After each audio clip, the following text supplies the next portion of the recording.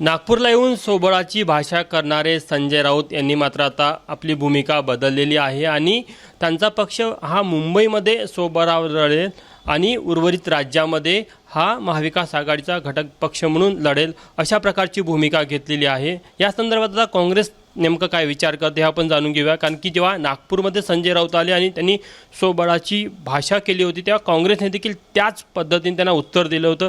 तेच नागपूरचे शहर अध्यक्ष आणि आमदार विकास ठाकरे आपल्यासोबत आहे। काँग्रेसची काय भूमिका आहे? त्यांनी मुंबईला तर सोबळाचा नारा दिला आणि उर्वरित महाराष्ट्रात महाविकास आघाडीचा भाग म्हणून लढण्याची भाषा केली। मला वाटतं की मागचं त्यांचं वक्तव्य होतं की सर्व पक्षांना आपली ताकद अजमावण्याची आणि संघटन बनवण्याची संधी स्वबळावर लढण्याने होते। आम्हालाही तेच म्हणायचं होतं की नागपुरातल्या आमच्या कार्यकर्त्यांना वाटतं की आम्ही स्वबळावर लढलं, आम्हाला आमची ताकद काय ते कळून येईल। शेवटी हे सगळं ठरवण्याचं महाविकास आघाडीचा निर्णय राहील, हायकमांडचा राहील।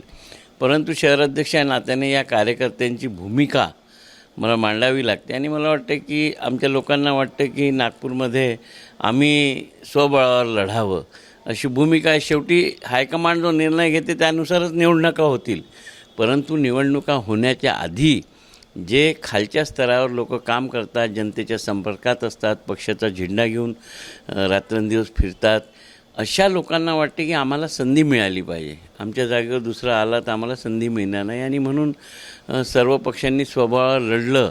हे जे राऊत साहेबांचं वक्तव्य होतं त्यांचं आमच्या कार्यकर्त्यांनी स्वागत केलं होतं, आनंदी होते। आता माहीत नाही त्यांना काय झालं आणि मग अशा वेळेस हे सगळं हायकमांड ठरवणार आहे। ते ज्या पद्धतीनं आम्हाला लढायला सांगतील ते आमची लढायची तयारी आहे, परंतु सध्याच्या स्थितीत स्वबळावर लढण्याची तयारी नागपुरात आमची पूर्ण झालेली आहे।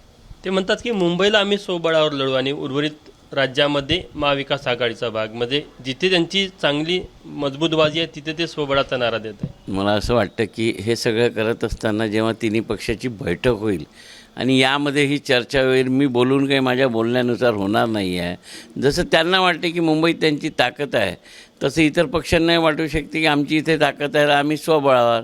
तर मग शेवटी काय निर्णय होतो की किती जिल्ह्यांमध्ये कोण स्वबळावर लढणार आहे आणि किती जिल्ह्यांमध्ये युती करणार आहे हा निवडणुका घोषित झाल्यानंतरचा प्रश्न आहे, परंतु तोपर्यंत तयारी करण्याची संधी तिन्ही पक्षांकडे आहे।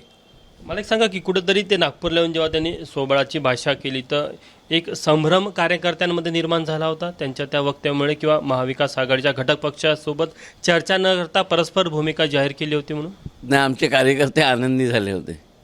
आमच्या कार्यकर्त्यांना वाटलं की आपल्या हिस्स्याला येणाऱ्या जागा, कारण की त्यांना माहीत आहे कुठे NCP कुठे शिवसेना आहे, इथली आपली जागा जाऊ शकते, म्हणून ते लोक उत्साही झाले होते की स्वबळावर लढायचं तर आम्हाला संधी मिळणार आहे आणि त्या पद्धतीने ते कामाला लागलेले आहेत।